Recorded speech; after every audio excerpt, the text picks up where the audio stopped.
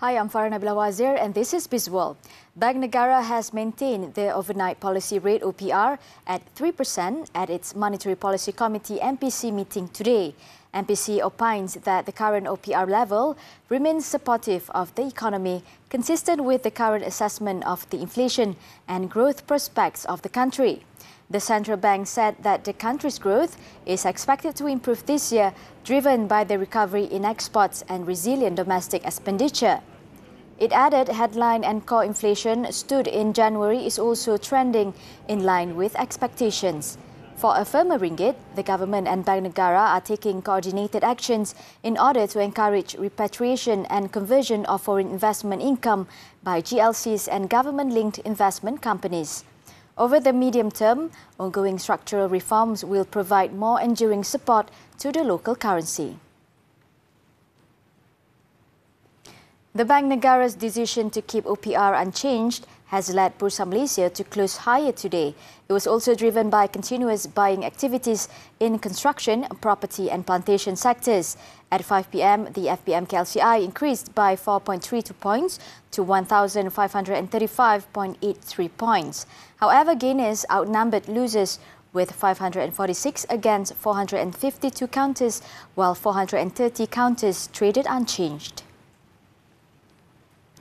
Malaysia's real gross domestic product GDP growth is expected to improve to 4.5% this year from 3.7% in 2023.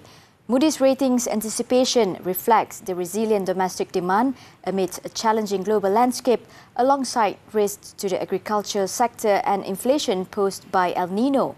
It said strong labour market conditions will drive consumer spending, supported by government policies such as the National Energy Transition Roadmap and new Industrial Master Plan, which will also boost private and public investments alongside shifts in regional supply chains. Weaker global growth, however, will restrain the impact of net exports on GDP despite anticipating a cyclical upturn in electronics and semiconductors. The government will launch a more fresh and inclusive Bumiputera plan for the next 10 years in June. This as an effort to boost Bumiputera's socio-economic level in several fields and sectors. Speaking at the Dewan Rakyat, Economic Minister Rafizi Ramli said inputs, suggestions and views from the Bumiputera Economic Congress 2024 would be examined and included in this new direction of Bumiputera empowerment.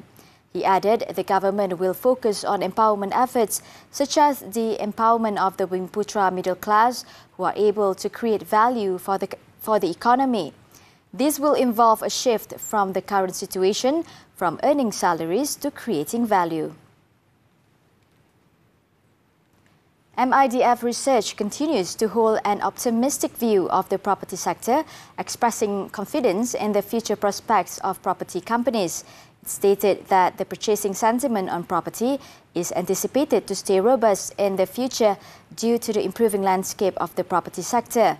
The research house said that new sales for property companies are improving, which should translate into better earnings visibility going forward.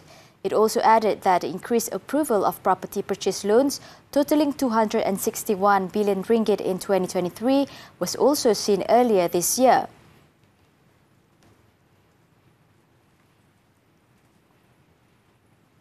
And that's all the time we have for Bizworld. I'm Farah Nabilah. Keep tuning in to TV3.